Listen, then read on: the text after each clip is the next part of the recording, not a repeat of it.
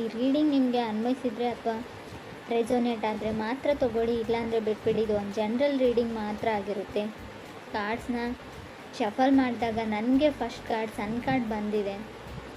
ಯಾವಾಗಲೂ ಹೇಳೋ ಹಾಗೆ ಇಡೀ ಟ್ಯಾರೋ ಡೆಕ್ಕಲ್ಲೇ sun card is a positive card ಅಂತ ನಾನು ಹೇಳ್ತೀನಿ. ಸನ್ ಕಾರ್ಡ್ ಒಂದು ಖುಷಿ, ಸಂತೋಷನ, ಹ್ಯಾಪಿನೆಸ್ನ, ಜಾಯ್ಫುಲ್ನೆಸ್ನ ರೀಪ್ರೆಸೆಂಟ್ ಮಾಡುತ್ತೆ. ಯಾರಾದರೂ ಪ್ರೆಗ್ನೆನ್ಸಿಗೋಸ್ಕರ ವೇಟ್ ಮಾಡ್ತಾಯಿದ್ರೆ, ಖಂಡಿತವಾಗ್ಲೂ ತಾಯಿ ಆಗಬೇಕು ಅಂತ ಅಂದ್ಕೊಂಡಿದ್ರು ಕೂಡ ಖಂಡಿತ ಒಂದು ಪಾಸಿಟಿವ್ ನ್ಯೂಸ್ ಬರುತ್ತೆ ಅಂತ ಕಾರ್ಡ್ ಹೇಳುತ್ತೆ. ಅಥವಾ ಯಾರನ್ನಾದರೂ ನೀವು ಅರ್ಥ ಮಾಡ್ಕೊಳ್ಳೋಕ್ಕೆ ತುಂಬ ಟ್ರಬಲ್ ಅಂತ ಹೇಳ್ತೀನಿ, ತೊಂದರೆ ಪಡ್ತಾಯಿದ್ರೆ, ಆ ವ್ಯಕ್ತಿ ಅರ್ಥನೇ ಆಗ್ತಾಯಿಲ್ಲ ಅಂತ ಅನ್ನಿಸ್ತಾ ಇದ್ದರೆ ಅದರ್ ಪರ್ಸನ್ಗೂ ಅಥವಾ ನಿಮಗೂ ಈ ಥರ ಫೀಲ್ ಆದರೆ, ಸೊ ಅರ್ಥ ಆಗೋ ಸ್ಟಾರ್ಟ್ ಆಗಿದೆ ಇತ್ತೀಚೆಗೆ ಅಂತ ಹೇಳ್ಬೋದು. ಸಕ್ಸಸ್ ಅಂತ ಹೇಳ್ತೀನಿ, ನೇಮ್ ಆ್ಯಂಡ್ ಫೇಮ್ ಅಂತ ಹೇಳ್ಬೋದು. ಸೊ ಅನ್ಕಂಟ್ರೋಲೇಬಲ್ ಫೀಲಿಂಗ್ಸ್ ಇದ್ದರೂ ಕೂಡ ಕೆಲವೊಮ್ಮೆ ಸನ್ ಕಾರ್ಡ್ ಬಂದಿರುತ್ತೆ. ಯಾವ ಥರ ಅಂದರೆ ನಿಮ್ಮ ಫೀಲಿಂಗ್ಸ್ನ ನೀವು ಕಂಟ್ರೋಲ್ ಮಾಡ್ಕೊಳ್ಳೋಕ್ಕೆ ಆಗ್ತಾಯಿಲ್ಲ ಕೆಲವ್ರಿಗೆ, ತುಂಬ ಟೆಂಪ್ಟಿಂಗ್ ಫೀಲಲ್ಲಿ ಕೆಲವ್ರು ಇದ್ದೀರಾ. ಸನ್ ಕಾರ್ಡ್ ಫಸ್ಟ್ ಕಾರ್ಡ್ ಬಂದಿರೋದ್ರಿಂದ ಸೊ ಏನೇನೋ ಆಗ್ತಾಯಿದೆ ಲೈಫಲ್ಲಿ. ಸ್ಟಾರ್ಟಿಂಗ್ ಎಕ್ಸ್ಪೀರಿಯನ್ಸ್ ಅಂತ ಹೇಳ್ಬೋದು, ಫಸ್ಟ್ ಟೈಮ್ ಅಂತ ಹೇಳ್ತೀವಲ್ಲ, ಯಾರ ಮೇಲೂ ತುಂಬ ಹೆವಿ ಲವ್ ಆಗಿದೆ ನಿಮಗೂ ಅಥವಾ ಅದರ್ ಪರ್ಸನ್ಗೂ. ಸೊ ಅನ್ಕಂಟ್ರೋಲೇಬಲ್ ಫೀಲಿಂಗ್ಸ್ ಅಂತ ಹೇಳ್ಬೋದು. ಕೆಲವರಿಗೆ ವೆಕೇಷನ್ನ ಅಗತ್ಯ ಇದ್ದರೂ ಕೂಡ ಸನ್ ಕಾರ್ಡ್ ಬಂದಿರುತ್ತೆ ನಿಮಗೂ ಅಥವಾ ನಿಮ್ಮ ಪಾರ್ಟ್ನರ್ಗೂ. ಸೆಕೆಂಡ್ ಕಾರ್ಡ್ ನನಗೆ ಡೆವಿಲ್ ಕಾರ್ಡ್ ಬಂದಿದೆ. ಸೊ ಮೇ ಬಿ ಜಾಬ್ನ ಕ್ವಿಟ್ ಮಾಡಬೇಕು ಅಂತ ಅನ್ನಿಸ್ತಾ ಇರ್ಬೋದು ಕೆಲವರಿಗೆ. ಸೊ ಮೇ ಬಿ ಏನೋ ರಾಂಗ್ ಆಗ್ತಾಯಿದೆ ನನ್ನ ಜೊತೆ, ಏನೋ ತಪ್ಪಾಗ್ತಾ ಇದೆ, ಇಲ್ಲೇನೋ ಸರಿ ಇಲ್ಲ ಅಂತ ಅನ್ನಿಸ್ತಾ ಇದೆ. ಕೆಲವರು ಡೌಟ್ ಬರೋ ಸ್ಟಾರ್ಟ್ ಆಗಿದೆ. ಸೊ ನಾನು ತುಂಬ ವರ್ಕ್ ಮಾಡ್ತಾಯಿದ್ದೀನಿ, ನಾನು ತುಂಬ ಹಾರ್ಡ್ ವರ್ಕರ್ ಇದ್ದೀನಿ. ಸೊ ನನ್ನ ಶ್ರಮಕ್ಕೆ ಇಲ್ಲಿ ಪ್ರತಿಫಲ ಇಲ್ಲ ಅಂತ ನಿಮಗೂ ಅಥವಾ ಕೆಲವ್ರಿಗೆ ಅನ್ನಿಸ್ತಾ ಇದೆ. ಡಿಸಾಸ್ಟರ್ಸ್ ಅಂತ ಹೇಳ್ಬೋದು. ತುಂಬ ಪೊಸೆಸಿವ್ ಇದ್ದೀರಾ ನೀವು ಅಥವಾ ನಿಮ್ಮ ಪಾರ್ಟ್ನರು ತುಂಬ ಪೊಸೆಸಿವ್. ಸೊ ಯಾವ ಥರ ಅಂದರೆ ಕ್ರೀಪಿ ವೇಯಲ್ಲಿ ಅಂತ ಹೇಳ್ಬೋದು.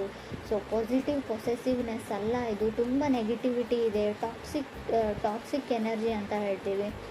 ನಿಮ್ಮನ್ನು ಅವ್ರು ಫುಲ್ಲಿ ಕಂಟ್ರೋಲ್ ಮಾಡೋಕ್ಕೆ ಟ್ರೈ ಮಾಡ್ತಾ ಇದ್ದಾರೆ ನಿಮ್ಮ ಪಾರ್ಟ್ನರ್, ಅಥವಾ ನೀವು ಅವರನ್ನು ಆಲ್ರೆಡಿ ಮ್ಯಾರಿಡ್ ಇರ್ಬೋದು. ಅವ್ರ ಜೊತೆ ಯಾಕೆ ಮಾತಾಡಿದೆ, ಇವ್ರ ಜೊತೆ ಯಾಕೆ ಮಾತಾಡಿದೆ. ಸೊ ಅನುಮಾನ ಅಂತ ಹೇಳ್ತೀನಿ, ತುಂಬ ಡೌಟ್ಸ್ ಇದೆ ಅವ್ರಿಗೆ. ಥರ್ಡ್ ಕಾರ್ಡ್ ನನಗೆ ಮೆಜಿಷಿಯನ್ ಕಾರ್ಡ್ ಬಂದಿದೆ. ಮೇ ಬಿ ನೀವು ಕನೆಕ್ಟ್ ಆಗಿರೋ ವ್ಯಕ್ತಿ ವೃಶ್ಚಿಕ, ಮಿಥುನ ಅಥವಾ ಕನ್ಯಾ ರಾಶಿಯವರು ಆಗಿರ್ಬೋದು. ಬಿ ಕೇರ್ಫುಲ್ ಅಂತ ಹೇಳ್ತಾ ಇದೆ. ಎಸ್ಪೆಷಲಿ ನೀವು ಸೊ ನಾನು ಮಾತನ್ನು ರಾಂಗಾಗಿ ತೊಗೊಳ್ಬೇಡಿ. ಮೇ ಬಿ ಮಿಥುನ್ ರಾಶಿಯವ್ರ ಜೊತೆ ಕನೆಕ್ಟ್ ಆಗಿದ್ರೆ ಸ್ವಲ್ಪ ಕೇರ್ಫುಲ್ ಆಗಿರಿ ಅಂತ ಹೇಳುತ್ತೆ. ಎಲ್ರಿಗೂ ಅನ್ವಯಿಸಲ್ಲ ಫ್ರೆಂಡ್ಸ್, ಮತ್ತೆ ಹೇಳ್ತಾ ಇದ್ದೀನಿ, ಕೆಲವ್ರಿಗೆ ಮಾತ್ರ. ಕೆಲವರು ಡ್ರೀಮ್ ಅಂತ ಪಡ್ತಾಯಿದ್ರೆ ನಿಮ್ಮ ಲೈಫಲ್ಲಿ ಈ ವ್ಯಕ್ತಿನೇ ಬರಬೇಕು, ತುಂಬ ಕನಸುಗಳನ್ನ ಕಂಡ್ಕೊಂಡಿದ್ರೆ ಮೇ ಬಿ ಅವ್ರು ಸಿಂಹ ರಾಶಿ ಅಥವಾ ಮಕರ ರಾಶಿಯವ್ರ ಬಗ್ಗೆ ನೀವು ಪಡ್ಕೊಂಡಿರ್ಬೋದು ಅಂತ ಕಾರ್ಡ್ ಹೇಳುತ್ತೆ. ಫೋರ್ತ್ ಕಾರ್ಡ್ ನನಗೆ ನೈಟ್ ಆಫ್ ಪೆಂಟಿಕಲ್ಸ್ ಬಂದಿದೆ. ಮೇ ಬಿ ಮಕರ ರಾಶಿಯವ್ರ ಜೊತೆ ನೀವು ಕನೆಕ್ಟ್ ಆಗಿದ್ರೆ ಅವ್ರು ತುಂಬ ಅವ್ರ ಫೀಲಿಂಗ್ಸ್ನ ಕಂಟ್ರೋಲ್ ಮಾಡ್ಕೊಳ್ತಾರೆ, ಬಟ್ ನಿಮಗೆ ಅನ್ಕಂಟ್ರೋಲೇಬಲ್ ಫೀಲಿಂಗ್ಸ್ ಇದೆ ಅಂತ ಹೇಳ್ಬೋದು ಕಾರ್ಡ್ ನೋಡಿದರೆ. ಫೋರ್ತ್ ಕಾರ್ಡ್ ನನಗೆ ನೈಟ್ ಆಫ್ ಪೆಂಟಿಕಲ್ಸ್ ಬಂದಿದೆ. ಸೊ ಕೆಲವೊಮ್ಮೆ ನೈಟ್ ಆಫ್ ಪೆಂಟಿಕಲ್ಸ್ ಮಾಡೋದನ್ನೆಲ್ಲ ಮಾಡಿಬಿಡ್ತಾರೆ ನೀವು ಅಥವಾ ನಿಮ್ಮ ಪಾರ್ಟ್ನರು. ಸೊ ನಾನೇನೂ ಮಾಡಿಲ್ಲ ಅನ್ನೋ ರೀತಿ ಇರ್ತಾರೆ. ಸೊ ಸ್ಮೂತ್ ಕ್ರಿಮಿನಲ್ಸ್ ಅಂತ ಹೇಳ್ತೀವಿ. ಸೊ ಯಾವುದೋ ಒಂದು ತಪ್ಪು ಕೆಲಸ ಅಂತ ಹೇಳಲ್ಲ ಫ್ರೆಂಡ್. ಸೊ ಹೇಗೆ ನಿಮ್ಮನ್ನು ಪಡ್ಕೊಳ್ಬೇಕು ಅನ್ನೋದನ್ನೆಲ್ಲ ಅವ್ರು ಎಫರ್ಟ್ ಹಾಕಿ ಮಾಡಿಬಿಡ್ತಾರೆ. ಕೊನೆಗೆ ಅವ್ರ ಫೀಲಿಂಗ್ಸ್ನ ಶೇರ್ ಮಾಡ್ಕೊಳ್ಳ. ಸೊ ಬಂದು ನಿಮ್ಗೆ ಅವ್ರು ಪ್ರಪೋಸ್ ಮಾಡಲ್ಲ, ಹೇಳಲ್ಲ, ಅದನ್ನು ಮನಸ್ಸಲ್ಲೇ ಇಟ್ಕೊಂಡಿರ್ತಾರೆ. ಈ ಥರ ನೀವಿದ್ದೀರೋ ಅದರ್ ಪರ್ಸನ್ ಇದ್ದಾರೋ. ಸೊ ಏನೂ ಗೊತ್ತಿಲ್ಲ, ನನಗೇನೂ ಆಗಿಲ್ಲ, ಏನೂ ನಡೆದೇ ಇಲ್ಲ, ನನ್ನ ಮನಸ್ಸಲ್ಲಿ ಏನೂ ಇಲ್ಲ ಅನ್ನೋ ಥರ ಆ್ಯಕ್ಟ್ ಮಾಡ್ತೀರಾ ನೀವು ಅಥವಾ ಅದರ್ ಪರ್ಸನ್. ಕಾರ್ಡ್ ಹೇಳೋ ಪ್ರಕಾರ ತುಂಬ ಸೀಕ್ರೆಟಾಗಿ ಯಾರನ್ನು ಅಡ್ಮೈರ್ ಮಾಡ್ತಾ ಇದ್ದೀರಾ ಮನಸ್ಸಲ್ಲಿ ನೀವು ಅಥವಾ ಅದರ್ ಪರ್ಸನ್ನು ಅಂತ ಕ್ಲಿಯರಾಗಿ ಕಾರ್ಡಲ್ಲಿ ಗೊತ್ತಾಗ್ತಾ ಇದೆ. ತುಂಬ ಹೆವಿ ಲವ್ ಇದೆ, ಮನಸ್ಸಲ್ಲಿದ್ದಾರೆ ಆ ವ್ಯಕ್ತಿ, ಕನಸಲ್ಲಿ ಕೂಡ ಬರ್ತಾರೆ ಅಂತ ಹೇಳ್ಬೋದು. ಫಿಫ್ತ್ ಕಾರ್ಡ್ ನನಗೆ 8 ಆಫ್ ಸಾರ್ಡ್ಸ್ ಬಂದಿದೆ. ಫಿಫ್ತ್ ಪ್ಲೇಸಲ್ಲಿ 8 ಆಫ್ ಸಾರ್ಡ್ಸ್ ಬಂದರೆ ಲಾಸ್ಟ್ ಅಂತ ಅನಿಸುತ್ತೆ. ಲಾಸ್ಟ್ ಚಾನ್ಸ್ ಯಾರು ನಿಮ್ಗೆ ಕೊಡ್ತಾ ಇದ್ದಾರೆ, ಕೆಲವ್ರಿಗೆ ಹೇಳ್ತಾ ಇದ್ದಾರೆ ಇದೇ ಲಾಸ್ಟ್ ಆ್ಯಂಡ್ ಫೈನಲ್. ಮತ್ತೊಮ್ಮೆ ಈ ಥರ ತಪ್ಪು ರಿಪೀಟ್ ಆದರೆ ಸೊ ನನ್ನಿಂದ ಇದನ್ನು ಎಕ್ಸೆಪ್ಟ್ ಮಾಡೋಂಗಿಲ್ಲ ನೀನು, ನಾನು ಮತ್ತೆ ನಿನ್ನನ್ನು ಅಕ್ಸೆಪ್ಟ್ ಮಾಡ್ಕೊಳ್ತೀನಿ ಅಂತ ಸೊ ಆ ಥರ ಯಾರೋ ನಿಮ್ಗೆ ಸರಿಯಾಗಿ ಆವಾಜ್ ಆಗ್ತಾ ಇದ್ದಾರೆ ಅಂತ ಕೂಡ ಹಾಕಿದ್ದಾರೆ ಆಲ್ರೆಡಿ ಅಂತ ಕೂಡ ಕಾರ್ಡ್ ಹೇಳ್ತಾ ಇದೆ. 6 ಕಾರ್ಡ್ ನನಗೆ 10 ಆಫ್ ವಾಂಡ್ಸ್ ಬಂದಿದೆ. ಕೆಲವ್ರಿಗೆ ಒನ್ ಸೈಡ್ ರಿಲೇಷನ್ಶಿಪ್ ಅಂತ ಹೇಳ್ತೀನಿ. ಸಾರಿ ಫ್ರೆಂಡ್ಸ್, ಕೆಲವ್ರದ್ದು ಯಾಕೋ ಒಬ್ಬರ ಕಡೆಯಿಂದ ಇಂಟ್ರೆಸ್ಟ್ ಇಲ್ಲ, ಇನ್ನೊಬ್ಬರ ಕಡೆ ತುಂಬ ಇಂಟ್ರೆಸ್ಟ್ ಇದೆ. So no is no, yes is yes ಅಂತ ಹೇಳ್ತೀವಿ.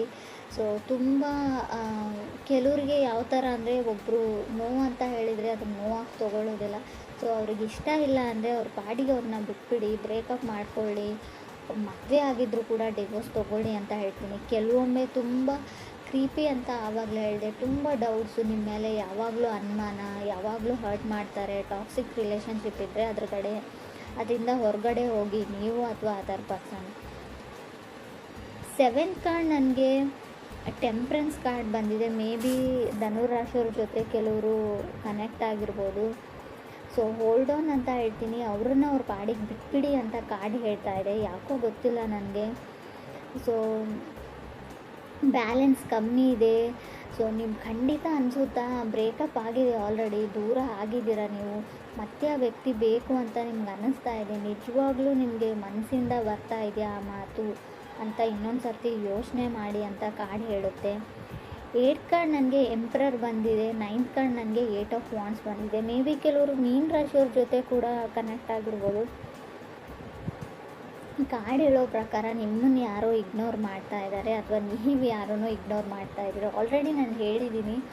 ಸೊ ಯಾರಿಗಾದ್ರೂ ನೀವು ಪ್ರಪೋಸ್ ಮಾಡಿದರೆ, ಅವರು ನಿಮ್ಗೆ ಹೇಳಿದರೆ, ರಿಜೆಕ್ಟ್ ಮಾಡಿದರೆ, ನೋವು ಅಂತ ಹೇಳಿದರೆ ಅದನ್ನು ನೋವಾಗಿ ತೊಗೊಳ್ಳಿ, ಅದರಲ್ಲಿ ಏನೂ ತೊಂದರೆ ಇಲ್ಲ.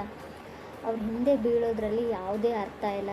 ಸೊ ನೀವು ಮಾಡ್ತಾ ಇದ್ದೀರಿ ಅಂತ ಹೇಳ್ತಾ ಇಲ್ಲ, ನಿಮಗೆ ಯಾರಾದರೂ ಈ ಥರ ಮಾಡ್ತಾ ಇರ್ಬೋದು. ಆಲ್ರೆಡಿ ನೀವು ಹೇಳಿದ್ದೀರಾ ಅದರ್ ಪರ್ಸನ್ಗೆ ನನಗೆ ಇಷ್ಟ ಇಲ್ಲ ಅಂತ. ಸೊ ಆದರೂ ಅವ್ರು ನಂಬ್ತಾ ಇಲ್ಲ, ಒಪ್ಕೊಳ್ತಾ ಇಲ್ಲ, ತುಂಬ ಇರಿಟೇಷನ್ ಅಥವಾ ಕಿರಿಕಿರಿ ಮಾಡ್ತಾ ಇದ್ದಾರೆ ಅಂತ ಅನ್ನಿಸ್ತಾ ಇದೆ ನಿಮಗೆ. ಖಂಡಿತವಾಗ್ಲೂ ಕ್ರಾಸ್ ವಾಚರ್ಸ್ ಯಾರಾದರೂ ನೋಡ್ತಾ ಇದ್ದರೆ, ಯಾರಾದರೂ ನಿಮ್ಗೆ ಹೇಳಿದರೆ ಸೊ ನನಗಿಷ್ಟ ಇಲ್ಲ ಅಂತ ರಿಜೆಕ್ಟ್ ಮಾಡಿದರೆ ಖಂಡಿತ ಅವ್ರನ್ನ ಬಿಟ್ಬಿಡಿ. ಸೊ ಅವ್ರ ಹಿಂದೆ ಹೋಗಬೇಡಿ, ಅವ್ರನ್ನ ಫಾಲೋ ಮಾಡಬೇಡಿ. ಸೊ ತುಂಬ ಕ್ರೀಪಿ ಥಿಂಕ್ ಇದು, ಮಾಡೋದು ಒಳ್ಳೆಯದಲ್ಲ ಅಂತ ಹೇಳ್ತಾ ಇದೆ ಕಾರ್ಡು. ಮೇ ಬಿ ನೀವೇ ತೊಂದರೆಯಲ್ಲಿ, ಫ್ಯೂಚರಲ್ಲಿ ನಿಮಗೆ ತೊಂದರೆ ಆಗಬಹುದು. 10th ಕಾರ್ಡ್ ನನಗೆ 6 ಆಫ್ ಸಾರ್ಡ್ಸ್ ಬಂದಿದೆ. ಕೆಲವೊಮ್ಮೆ 6 ಆಫ್ ಸಾರ್ಡ್ಸ್ 10th ಪ್ಲೇಸಲ್ಲಿ ಬಂದರೆ ಖಂಡಿತವಾಗ್ಲೂ ನಿಮ್ಗೆ ಅನ್ಸೋಕ್ಕೆ ಸ್ಟಾರ್ಟ್ ಆಗುತ್ತೆ, ಎಲ್ಲರೂ ನನ್ನನ್ನು ಇಗ್ನೋರ್ ಮಾಡ್ತಾ ಇದ್ದಾರೆ, ಯಾರೂ ನನ್ನನ್ನು ಕೇರ್ ಮಾಡ್ತಾ ಇಲ್ಲ ಅಂತ. ನಿಮಗೋ ಅಥವಾ ಅದರ್ ಪರ್ಸನ್ಗೋ, ಅಥವಾ ಅವ್ರಿಗೆ ನಾನು ಇಷ್ಟ ಆದರೂ ಕೂಡ ಇಗ್ನೋರ್ ಮಾಡೋ ರೀತಿ ಆ್ಯಕ್ಟ್ ಮಾಡ್ತಾ ಇದ್ದಾರೆ ಅಂತ ಅನ್ನಿಸ್ಬೋದು. ಬಟ್ ಆ ಥರ ಎಲ್ಲ ನಿಜವಾಗ್ಲೂ ಅವ್ರಿಗೆ ನೀವು ಇಷ್ಟ ಇಲ್ಲ, ಅವ್ರನ್ನ ಅವ್ರ ಪಾಡಿಗೆ ಬಿಟ್ಬಿಡಿ ಅಂತ ಕಾರ್ಡ್ ಹೇಳ್ತಾ ಇದೆ. ಕೆಲವ್ರಿಗೆ ಫ್ರೆಂಡ್ಸ್, ಎಲ್ರಿಗೂ ಅಲ್ಲ. So summon is coming back ಅಂತ ಹೇಳ್ತೀನಿ. ಶೋರಾಗಿ ಹೇಳೋದಾದರೆ, ಸೊ ಯಾರೋ ನಿಮ್ಮ ಎಕ್ಸು ನಿಮ್ಮ ಲೈಫಲ್ಲಿ ಮತ್ತೆ ಬರೋಕ್ಕೆ ತುಂಬ ಟ್ರೈ ಮಾಡ್ತಾ ಇದ್ದಾರೆ. ಕೆಲವೊಮ್ಮೆ 2nd ಪ್ಲೇಸಲ್ಲಿ ಡೆವಿಲ್ ಕಾರ್ಡ್ ಇರೋದ್ರಿಂದ ಕೆಲವರು ರಿಲೇಷನ್ಶಿಪ್ ಹಾಳಾಗೋಗಿದೆ. ಆಲ್ರೆಡಿ ನಿಮ್ಮ ಮದುವೆ ಆಗಿರ್ಬೋದು, ಡಿವೋರ್ಸ್ ತೊಗೊಳ್ಳೋದೇ ಒಳ್ಳೆಯದು ಅಂತ ನಾನು ಹೇಳ್ತಾ ಇದ್ದೀನಿ. ಯಾಕಂದರೆ ತುಂಬ ಟಾಕ್ಸಿಕ್ ಇದೆ ನಿಮ್ಮ ರಿಲೇಷನ್ಶಿಪ್ಪಲ್ಲಿ. ತುಂಬ ಯಾವ ಥರ ಅಂದರೆ, ನಾನು ಏನು ಹೇಳ್ತೀನಿ ಅದನ್ನೇ ಕೇಳಬೇಕು, ನೀನು ಅದನ್ನೇ ಮಾಡಬೇಕು, ತುಂಬ ಕಂಟ್ರೋಲಿಂಗ್ ಎನರ್ಜಿ ಅಂತ ಹೇಳ್ತೀನಿ. ಕೆಲವೊಮ್ಮೆ ಇದು ಸರಿಯಲ್ಲ ಅಂತ ಕೂಡ ಅನಿಸುತ್ತೆ ನನಗೆ. ಸೊ ಯಾರಿಗೂ ಆದರೂ ಅವ್ರಿಗೋಸ್ಕರ ಪರ್ಸ್ನಲ್ ಸ್ಪೇಸ್ ಅಂತ ಬಿಡಬೇಕು. ಸೊ ಅವ್ರ ಪಾಡಿಗೆ ಅವ್ರು ಏನು ಮಾಡ್ತಾರೋ ಮಾಡಲಿ. ಸೊ ಅವ್ರ ಲೈಫಲ್ಲಿ ಕೂಡ ತುಂಬ ಎಲ್ಲನೂ ನಾನು ಹೇಳೇ ಮಾಡಬೇಕು, ನನಗೆ ಯಾವ ಥರ ಹೇಳ್ತೀನಿ ಅದೇ ಥರನೇ ಇರಬೇಕು ಅನ್ನೋದು ಕಂಟ್ರೋಲಿಂಗ್ ಎನರ್ಜಿ ಇದೆ. ಡಾಮಿನೇಟಿಂಗ್ ಅಂತ ಹೇಳ್ಬೋದು. ತುಂಬ ಯಾವ ಲೆವೆಲ್ಗೆ ಅಂದರೆ ನೆಗೆಟಿವ್ ಡಾಮಿನೇಷನ್ ಇದೆ ಇಲ್ಲಿ. ಸೊ ನಿಮ್ಗೆ ಇಷ್ಟ ಇದ್ದರೆ ಆ ರಿಲೇಷನ್ಶಿಪ್ಪಲ್ಲಿ ಇರಿ.